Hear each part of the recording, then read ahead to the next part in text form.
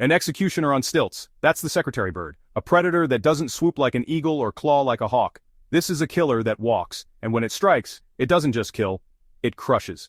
Standing over 1.3 meters tall, weighing up to 4.5 kilograms with wings nearly 2 meters wide, the secretary bird is a raptor stretched into nightmare. Long legs, hooked beak, eyes that never miss.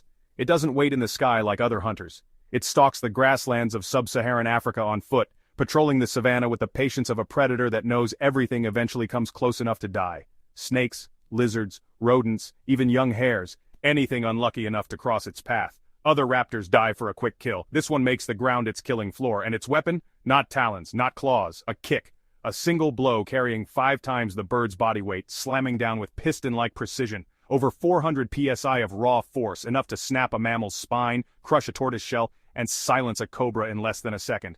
If the prey twitches, it doesn't hesitate. It hammers again and again, until nothing moves, then it swallows the remains whole. But this bird isn't just a brute, it's built for the chase. Those towering legs aren't just weapons, they're engines. Able to sprint at nearly 32 kilometers an hour, the secretary bird doesn't just burst, it endures. Day after day, it can cover more than 30 kilometers across the savannah, a marathon of killing ground that no snake, rodent, or lizard can ever escape. Flight is escape. But on the ground, this predator rules without mercy. Even fire bends to the secretary bird.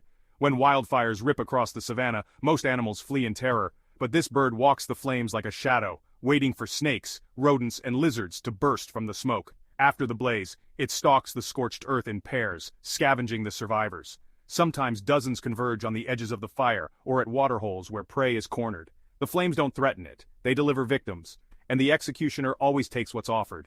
Even their young are programmed for violence. Before they ever learn to fly, chicks practice striking, tiny legs pounding the nest floor in a mock execution, training for the day when they'll face snakes as deadly as black mambas. Here, brutality isn't taught, it's coded in the blood. Their nests rise like fortresses in thorn trees built up to 13 meters above the earth, but even executioners aren't untouchable. Ravens, crows, and eagles raid their chicks. On the ground, predators lie in wait for the adults. This hunter is built for killing, but on the savannah, even killers can bleed. They can live up to 15 years in the wild. A pair mates for life, building and rebuilding their fortress nests year after year. Together they raise generation after generation of killers, each chick growing razor beaks and bone-breaking legs long before their wings are strong enough to lift them.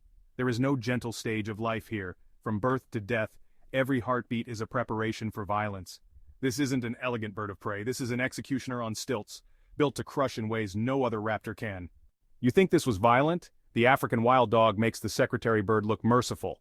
That video is already waiting, but only if you're ready. Smash like, hit follow, and step into the next level of carnage before everyone else does. And now you know, stay curious.